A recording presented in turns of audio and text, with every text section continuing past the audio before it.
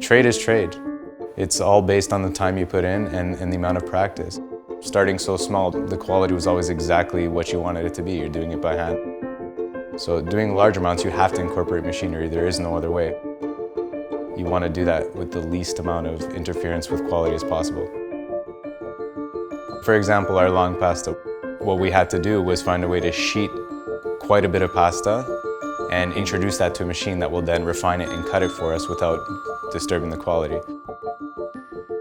So we had to create a rack that would work in conjunction with a cutter that we had to have lightly modified to give us the elevation we needed to collect the pasta as well as cut it in the way that we wanted it to. What makes us great at what we do is that we're practiced, we're continuous. We do this all day, every day. You know, we've made hundreds of thousands of ravioli this year. We've made thousands of kilos of pasta, you know, all by hand.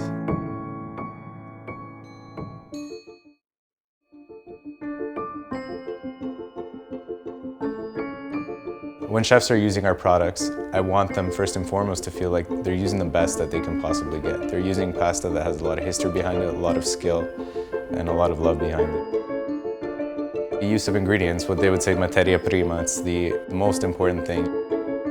Without the flour, without the eggs that we source out rigorously, that's the start of having the perfect product. The hand, the touch, that's also what does it. Having that meticulous touch to shape it in a way that is beautiful and not crude. We think about the process from the minute it leaves here to the minute it goes to the plate.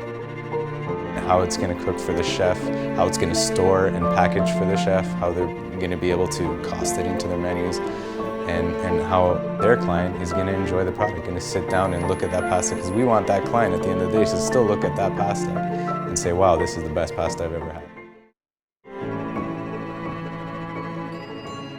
Tradition is very important to me. I almost adhere to it to a fault. It's what keeps the product true and integral. When you start messing around with things too much, you lose the integrity of the product. The perfect piece of pasta starts with the perfect pasta dough. And the perfect pasta dough starts with fantastic eggs and fantastic flour. Once you have that great initial product, that's where everything else is derived, whether you're making tagliatelle or stuffed pastas. Essentially speaking, the shapes that we make, the formats, the doughs are all traditional. Every dish has a story and a purpose. I feel tradition is there for a reason. All these things have been developed through the hardest times to come to where they are now.